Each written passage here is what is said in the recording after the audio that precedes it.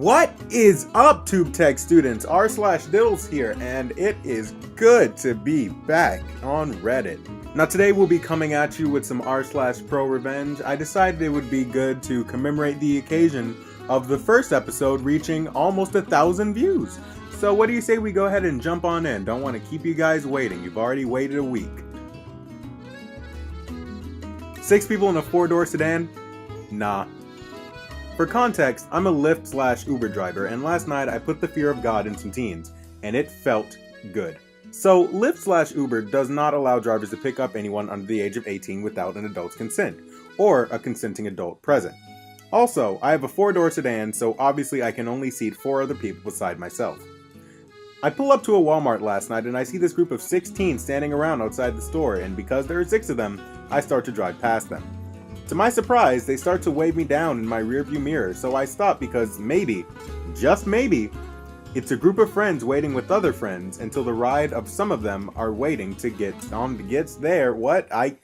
I'm pretty sure I just had a stroke right there.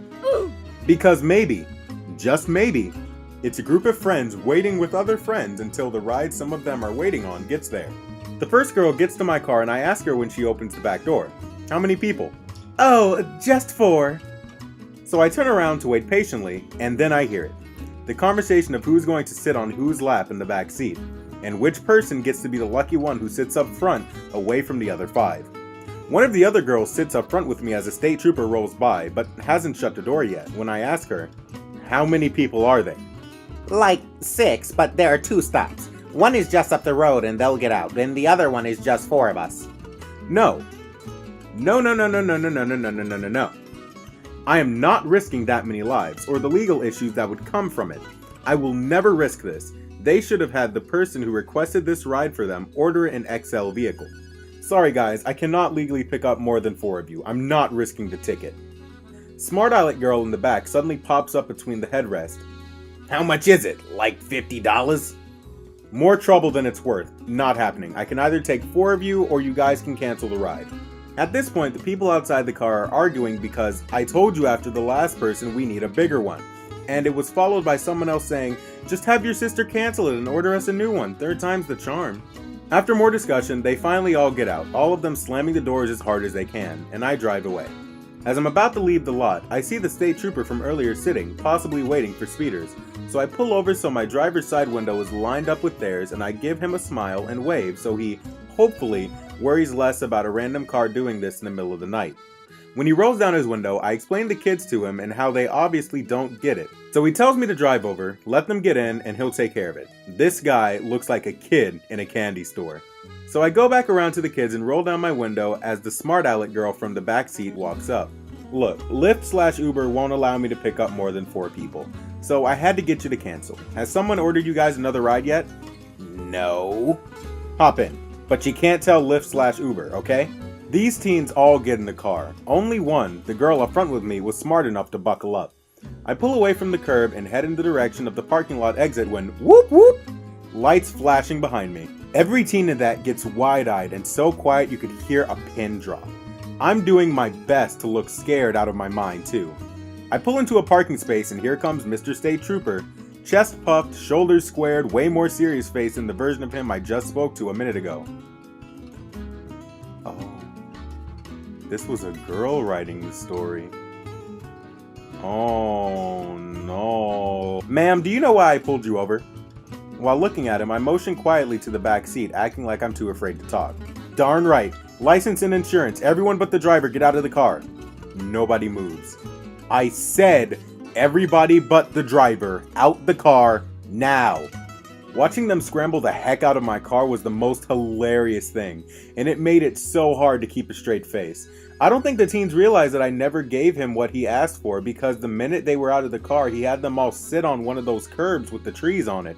To play along, I sat there and listened to him ride them up one wall and down another about safety and laws of the road, though he did go easy on the front seat girl since she wore a seatbelt. The other 5? All got tickets for not putting on theirs, and a lecture about risking other people's livelihoods. Before I left them all there, I got a stern talk about risking young lives, and a quiet thank you for giving him something fun to do on such a boring night. That was the best revenge against people giving me a headache by trying to overfill my car. Thank you, anonymous state trooper, for lending me a hand. You know, it's like the famous song says, I fought the law, and the law made me subscribe to r/diddles and hit that like button. Local hero sticks it to City Hall. This happened quite a few years ago.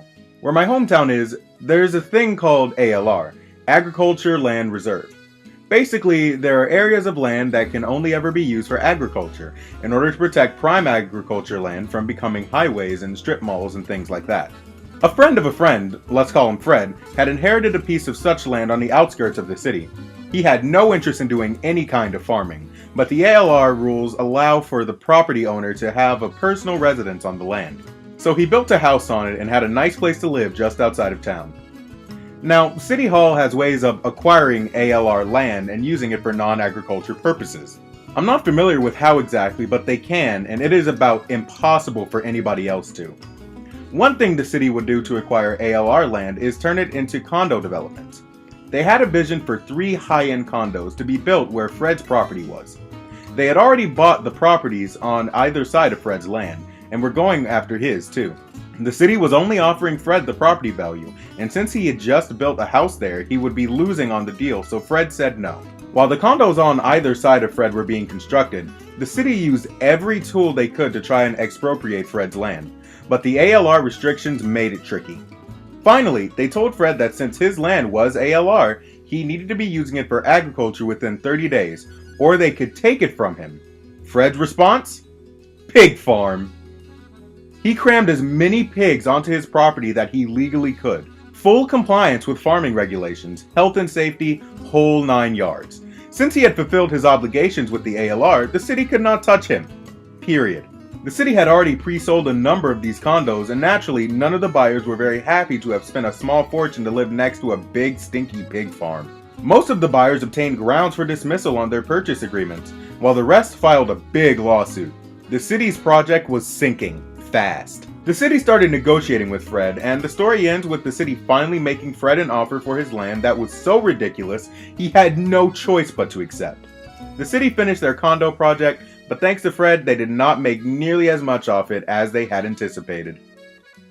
You know, I'll say this, one of my biggest dreams in life has always been to be able to buy a pig. And the only way that I'll be able to buy a pig is if you guys subscribe to this channel so I can get monetized, and then I can start putting money towards getting a pig. And then I can be truly happy, you'll be happy with new content every Monday, Wednesday, and Friday, and I'll have my pig. So what do you say we help each other out?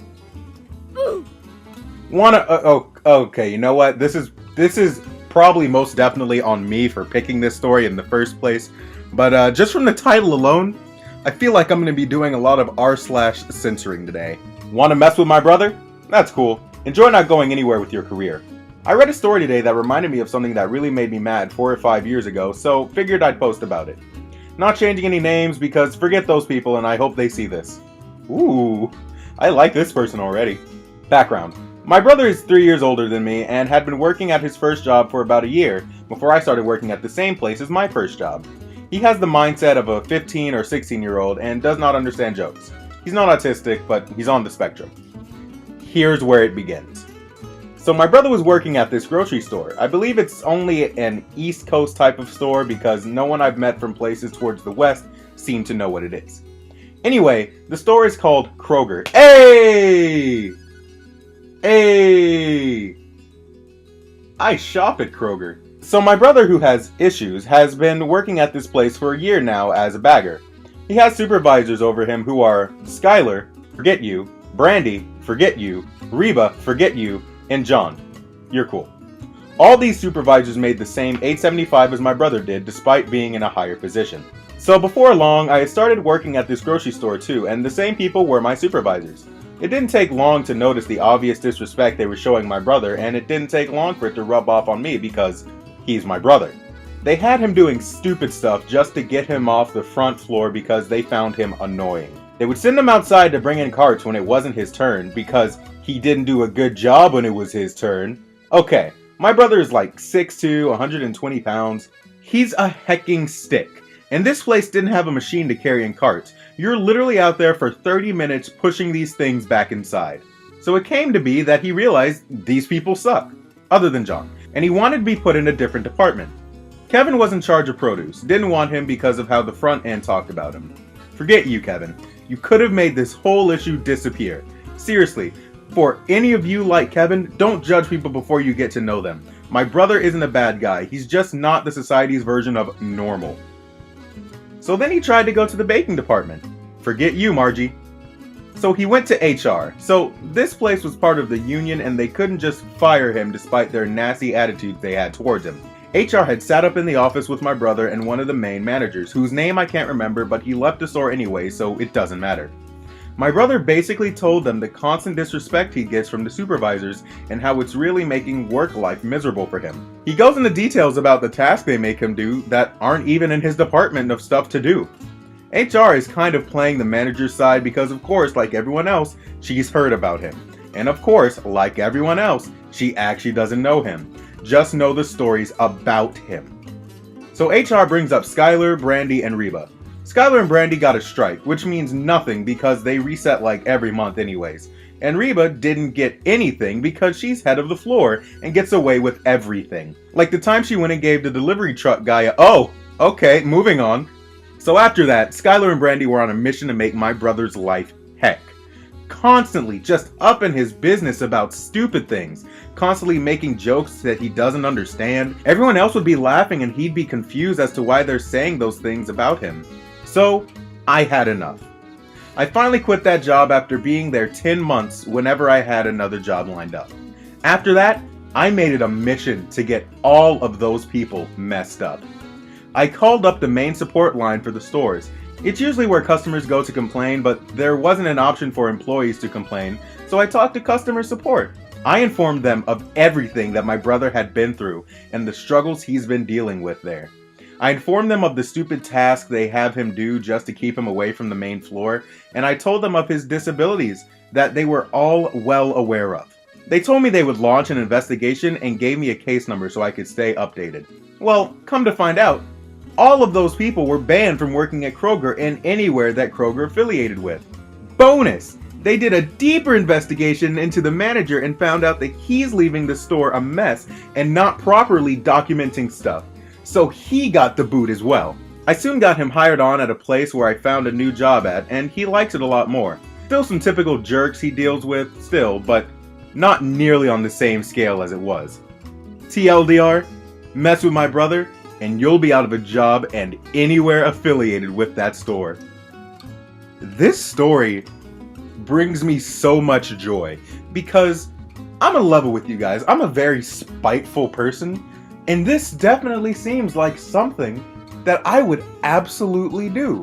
Like, not getting people fired. No. I'm talking about actually name-dropping people who mess with my family. That is definitely something that I would do. That is the level of spite that I'm at. Most people on this subreddit are like, oh, I'm gonna change the name of the party involved because I don't want anyone to witch hunt. This person's like, nah, you mess with my brother? Nah, you know what? These are their names. This is their address. Do as you will. And that's going to be it for Pro Revenge Part 2. I don't think I'm going to call it Part 2. Don't know why I said Part 2. But hey, I hope you all enjoyed, and I will see you on Wednesday for another subreddit that I have not decided on. So with that being said, class is dismissed, and don't forget to submit your upload schedules. Later, guys!